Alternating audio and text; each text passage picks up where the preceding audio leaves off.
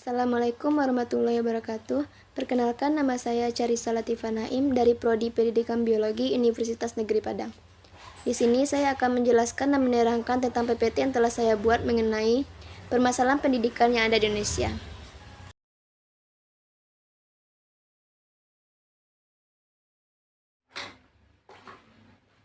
Yang pertama adalah pemerataan pendidikan di Kalimantan Selatan. Banjarmasin Pos edisi Jumat, ada 3 isu pendidikan yang diangkat di hari yang sama. Pertama, mengenai ketiadaan tempat pendidikan di Dusun Batumin, Desa Uren, Kecamatan Halong, Balangan. Kedua, adanya keluhan dari guru Kabupaten Banjar terkait tunjangan penghasilan pegawai. Dan juga kekurangan tenaga guru di Banjarmasin yang jumlahnya mencapai 1.500 orang untuk SD dan SMP. Penyebabnya ini adalah, yang pertama, karena keterbelakangan sarana masyarakat kita yang umumnya berada di daerah terpencil yang ekonominya lemah dan kurang terdidik akan mengalami keterbelakangan sarana kehidupan. Yang kedua, karena faktor SDM atau sumber daya manusia. Upaya pencegahannya adalah dengan pengelolaan pendidikan ke tenaga pendidikan. Tenaga pendidikan antara lain pada peningkatan kualifikasinya, memberikan kesejahteraan kepada seorang guru, mengirimkan tenaga pengajar yang berkualitas ke daerah yang kekurangan tenaga. Selanjutnya, dengan perbaikan fasilitas kekurangan atau kerusakan fasilitas yang ada di tempat tersebut. Yang kedua adalah kuantitas pendidikan di Bekasi.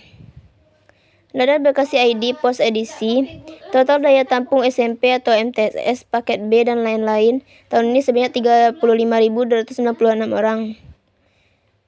Adapun jumlah satuan pendidikan untuk jenjang SMP negeri dan USB 61 sekolah, SMP swasta 243 sekolah, dan MTS 83 sekolah.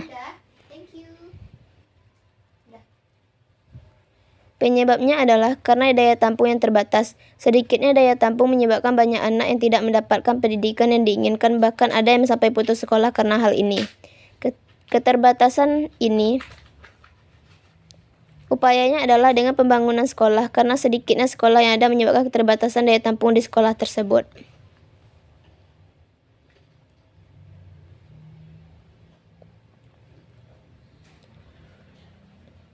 Selanjutnya, pemerataan pendidikan di Banyuwangi. Faktor yang menunjang kualitas proses belajar mengajar siswa adalah keberadaan fasilitas yang lengkap dan memadai. Namun berbeda halnya yang dialami sekolah Madrasah Ibtidaiyah yang ada di Desa Macan Putih, Kecamatan Kabat, Kabupaten Banyuwangi, yang menggunakan fasilitas yang seadanya dan kurang memadai. Penyebabnya adalah karena sarana dan prasarana yang tidak memadai. Harapan pemerintah untuk pemerataan pendidikan di Banyuwangi tidak berjalan seperti yang diinginkan. Ada beberapa sekolah yang tidak memiliki fasilitas yang dimiliki seperti sekolah-sekolah pada umumnya. Upayanya adalah dengan perbaikan fasilitas. Diharapkan pemerintah pusat juga pemerintah daerah Banyuwangi lebih memperhatikan sekolah yang terdapat di pelosok, bukan hanya yang kelihatan-kelihatan saja. Selanjutnya, kualitas pendidikan di Gorontalo. Mutu pendidikan SD sampai SMP di Kota Gorontalo perlu dibenahi anggota DPRD.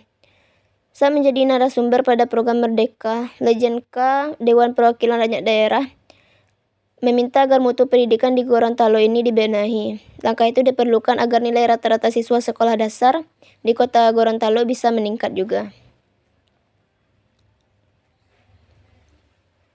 Penyebabnya adalah karena kualitas pendidikan yang tidak memadai.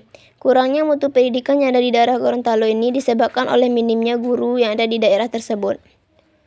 Upaya pencegahannya adalah dengan karena keterbatasan guru di daerah tersebut. Hal ini disebabkan karena sekolah berada di daerah terpencil. Jadi diharapkan kepada pemerintah agar memperbaiki akses jalan dan sarana yang ada di sekolah tersebut. Selanjutnya, efektivitas pendidikan di Makassar. Dalam reses tersebut, Rudi menjelaskan bahwa reses merupakan masa di mana para anggota DPRD menjumpai konstituen di daerah pemilihannya. Tujuannya adalah menjaring menampung aspirasi konstituen serta melaksanakan fungsi pengawasan dikenal dengan komponen kerja lain. Penyebab hal ini adalah karena mahalnya biaya pendidikan. Akibatnya, banyak anak yang menjadi putus sekolah karena ketidakmampuan orang tua untuk menyekolahkan anak di sekolah dengan ekonomi yang tidak mencukupi. Upayanya adalah dengan membangun sekolah baru untuk anak yang kurang mampu. Mengenai mahalnya biaya pendidikan, diharapkan pemerintah membangun sekolah-sekolah baru sehingga pelajar yang terkena zonasi memiliki banyak pilihan. Permasalahan khusus pendidik dan tenaga pendidikan di Jawa Tengah. Seorang Rita Latifah Yunita, warga Kelurahan Depok, ibu dari 2 anak ini sudah mengabdi selama 6 tahun dan mengajar di Sekolah Dasar Negeri 1 Tempel, Kecamatan Jepon, dengan statusnya saat ini menjadi guru tidak tetap di daerah tersebut. Penyebabnya adalah karena rendahnya gaji guru honorer. Gaji yang diberikan oleh sekolah menyebabkan banyak guru yang mengeluh karena gaji yang jumlahnya sangat sedikit, sehingga menyebabkan banyak guru yang tidak sanggup dan akhirnya memilih tidak menjadi guru honorer lagi. Upayanya adalah guru honorer mendapatkan gaji yang lebih layak dari Dinas Pendidikan. Dari Dinas Pendidikan ini pun memberikan kejelasan terkait kesejahteraan guru honorer. Bagi yang sudah mengabdi selama 1 tahun akan diupayakan sebisa mungkin masuk data pokok pendidikan atau Dapodik. Selanjutnya, efisiensi pendidikan di Jawa Tengah. Gubernur Jawa Tengah Ganjar Pranowo mendorong peningkatan SDM di kalangan pendidik agar mampu bersaing dengan tenaga kerja asing. Penyebabnya adalah karena kualitas guru dan karena minimnya fasilitas sehingga banyak guru yang kurang bisa dalam mempelajari dan memberikan materi kepada muridnya. Upaya perbaikannya adalah untuk memperbaiki kualitas guru. Untuk mengatasi permasalahan ini, diharapkan pemerintah dapat memberikan pengarahan terlebih dahulu kepada calon guru agar mereka nanti bisa lebih terampil. Relevansi pendidikan di pesisir barat. Menurut kumparan.com, di SD Negeri 26 Krui, lokasi yang berada di daerah pegunungan dan terpencil membuat tenaga pendidik mengalami hambatan dalam memberikan pendidikan di daerah tersebut.